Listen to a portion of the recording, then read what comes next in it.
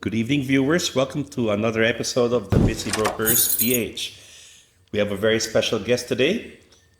Gerald, can you introduce her to our viewers? Okay, our guest is a director of REMAX Capital South.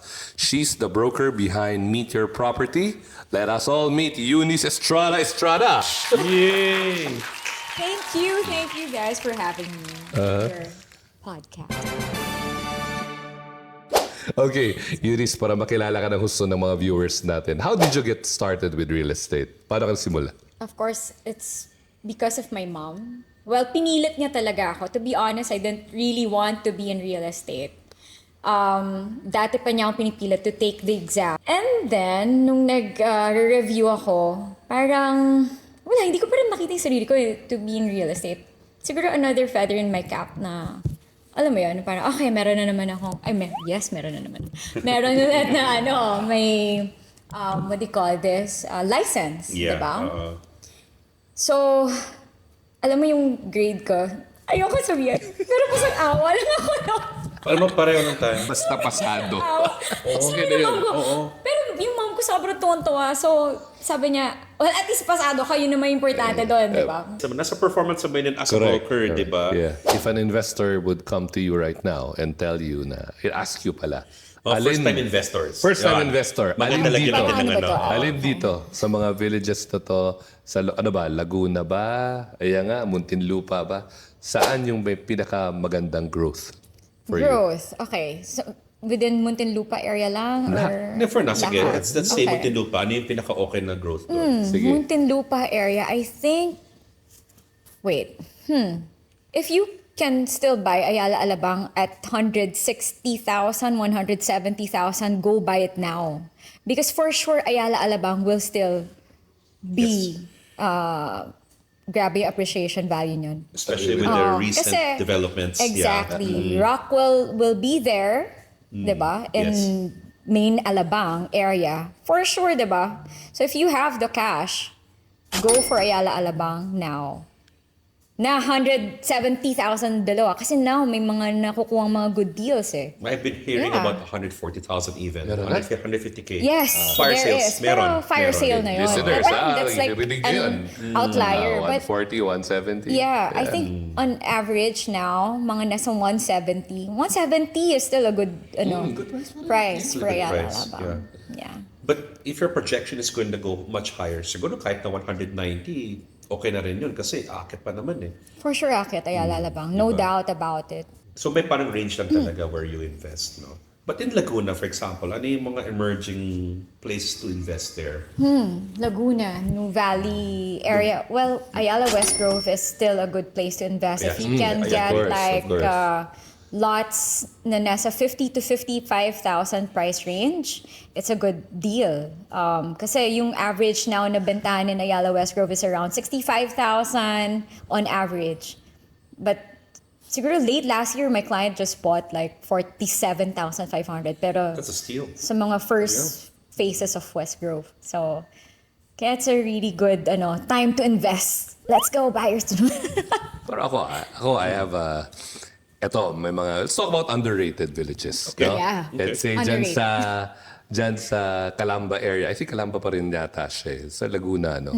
Meron yung mga Ponderosa, mga ganyan. I think their prices are really, alam mo, mga 10,000 lang yata, 11,000 per square. And I heard yung mga ibang nakatira doon, galing pang West Grove.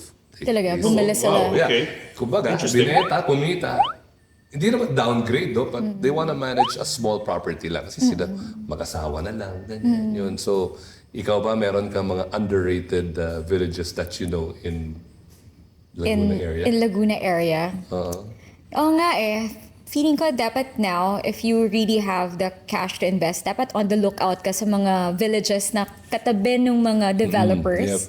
Diba? Parang I think it's a good time to buy in those areas. Then, a question of branding din. Baka next time, mas mahirap i-unload ba? Yeah. Branding is important. Branding is important. Branding is important, Yun yeah. din eh. Parang ano yung exit ko dito? Kung marami rin naman binibenta dito sa area, maraming supply, yeah, diba? yeah. So, I think iba pa rin ang nagagawa ng branding. No? Yeah, I must say. branding is very important. No? Yeah, you gotta know your exit plan. Yeah, correct. Exactly. If you're an investor, you have to know your exit plan. So how do you help clients, no? Especially sa mga first-time buyers, no? How do you help clients balance affordability, like Brazilian, gano'n, di ba? Versus long-term appreciation? Kasi I think I'd like to touch on that village, for example, kasi neighbor niya is being redeveloped. Di ba? Ito affordable. So, We're talking about Brasilia. Yeah. di ba? So how do you help clients balance that? Affordability and long-term appreciation. When you say affordability, ano yung range ng affordability in your head? I guess when you Kasi, interview the client, they have a budget in mind. Correct. Kasi iba yung, may iba-ibang clients tayo na ito yung afford for them, iba rin yung affordability na meaning for the other clients, diba? Baka yun yung una kong tatanungin pala. When you say affordability, what range do you have in mind, diba? Yung budget range nila. Yeah. Tapos you match it with a branded property that has very high potential That's for true. appreciation. So pinag-meet nga niya yung mga kailangan ng clients at saka yung property. Kaya meet your property. Ang question ko, have you met your property yung unang binili mo? Kala mo In fairness, medyo, of course, yeah. And ang maganda naman, even with townhouses, ito yung na-realize ko. Yes, townhouse na around 5 million, you will really have a good rental yield. Diba? If maka-jackpot ka in Las Piñas or even in Muntinlupa, around 3 to 5 million townhouses, and I'm one of which is yung kina Anton before. Ang ganda na rental yield, minsan umaabot ng 8 to 10%. And yun yung, parang na-experience nung isa kong client before, 8 to 10% rental yield. That's for townhouses in the Townhouse south. pa lang yun. Minimum ang 5%. Yeah. Minimum ang 5%. Ipa-plug ko lang, may isa pa akong unit available. Okay. Sa Muntinlupa. Okay. Just message us if you're interested. Check out the BlackRock How much? Properties. Yeah, okay. 4.3 lang. Oy. Tapos pwede rental yun. yield mo, Yeah. minimum 6-7%. Bro, I have a buyer na. Register mo na sa akin. Gusto ko Gusto mo talaga yung MLS type Estrada. Buyer ko. Wow. Ako pala yun. Oh, ikaw yun. Ako yung buyer, hindi ko alam na ako yung buyer. Ikaw yung buyer ko. Thank you for that. I-register ko na kayo. Okay, go. Sige. Sige, paki-register name ko. Diba, you touched on Makati rin. Which area in Makati, which condo do you recommend or villages? Okay, Rockwell. Diba talaga Rockwell? No? Year on year, Wala talaga. may benta Iba na Rockwell. Grabe yung turnover ng Yeah. sale. You mentioned Rockwell. What can I say about Carmel Ray? Carmel Ray. Yung performance niya. I think it's selling well. It's selling well. Well, siguro if you can get, kasi yung last closing there in Carmel Ray is around 52,000 based on data. 52,000 per square. If you can get something there in that range, 52 to 55 Okay pa rin. na resale, sobra okay. Pero may iba rin na parang, alam mo yun, yung rush sale na nakakakuha ng even below 50,000 per I square. think that's a good That's a good thing. ano. Oh, yeah. If you find one. Ano yung southern areas that have the strongest growth? Southern areas, where in the south? Like in Muntinlupa? Makati all the way to Laguna, even Batangas. Strongest growth in Strongest terms growth. of yung sa capital appreciation, malamang, di ba?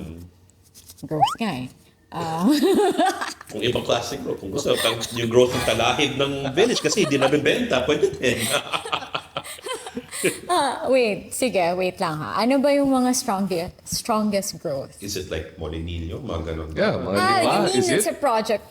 Or areas. eh? Areas na lang. Yeah, Para, but Lipa I heard is doing... Lipa is- Lipa is really doing well. Lipa doing well, eh. Batangas. Kasi Booming dami talaga yan, ng, eh. Di ba has the potential to even exceed yung mga nagawa ni Santa Rosa? Oh, see. Feeling ko. Kanina lang, I was in West Grove and I had this client. And then sabi nung client ko, 20 years ago, yung kuya niya, bumili in Alabang area. And Alabang area, before 20 years ago, used to be like West Grove. So parang ngayon, yung Alabang is nagiging parang Makati, na feels na kasi parang traffic, sobrang traffic. So ngayon, naglilipatan na sila to West Grove. Yes, So yes. parang baka after 20 years, maging parang ganun din yung kwento. So lahat naman naglilipatan to Batangas. Palayo ng palayo. Palayo ng palayo. Yeah, So yeah, parang, yeah. kasi it's, ganun talaga eh. Nagde-develop, May nag-evolve. adverse effect ang Yep. traffic. Traffic, yes. Yeah. Even in diba, we used to stay in Makati Village, right? Yes, yes. Dasma and Ordaneta. Lately, I've been going there. Weekly kasi, basketball ako dun eh. Napansin ko, grabe na yung dami ng kotse, dami ng bahay. Parang hindi na siya yung Dasma na alam ko before. Yeah. Kasi here, lagi na sinasabi laway puhunan natin. Even, yung mga, yun yung nagiging perception na parang pag broker ka laway puhunan mo. But, we are advisors eh. Kaya, Experts, I would say. yes, Yeah, diba? professionals. Parang, they get us because they know that we can help them have like informed decisions, diba?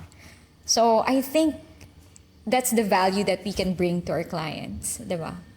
So for the benefit of our viewers, when brokers refer or say the term farm, that means it's a focus area.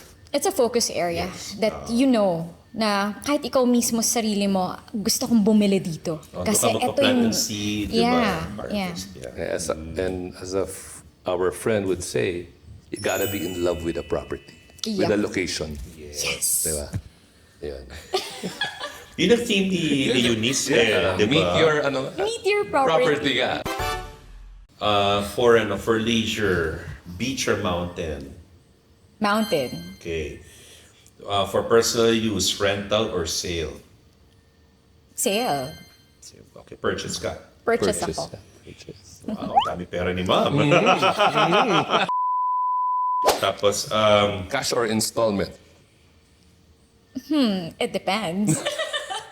marami na siya pera. Wala Cash siya pera, yan. wala problema. Maximize the discounts, fine. diba? Oh, cash talaga. Tinatali lang naman ako kasi. Yeah, okay. Okay. Alam ko, southern bias si ma'am, no? Bulacan or Laguna? Oh, Laguna. Laguna talaga. Siyempre, tinanong ko pa, di ba? One word to describe the future of South Luzon real estate. One word. Wow. Wait. Promising. I love it. I love it. Diba? Why did I hear that word? Oo. Ito, sanay sa mga promises kasi. Yeah. Kaya nga damit Promising. Kaya man yun na-meet, di ba?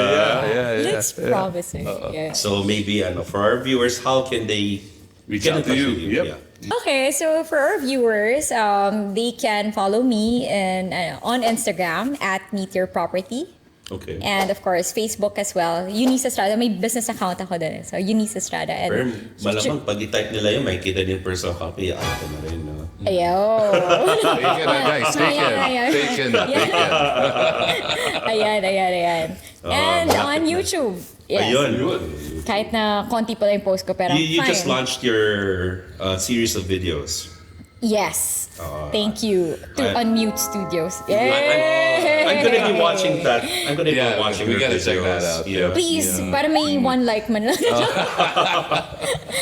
2 na pala. Two. Diba? Tag mo lang kami, din namin. Sige. Multiply din namin ang mga viewers mo. Yes, promise ah. So, thank you for gracing us with your Of course. presence here in our podcast. Anytime. So Yes. you can don't forget to like and subscribe to our pages. We have our presence on YouTube, Instagram, and Facebook. Yes.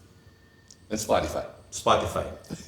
Oh, may Spotify. Klaro na kami sa Spotify. Ganda na ng equipment namin. Oo. So yeah, we'll see you in the next episode, and thank you very much for watching. Thank you. Bye-bye.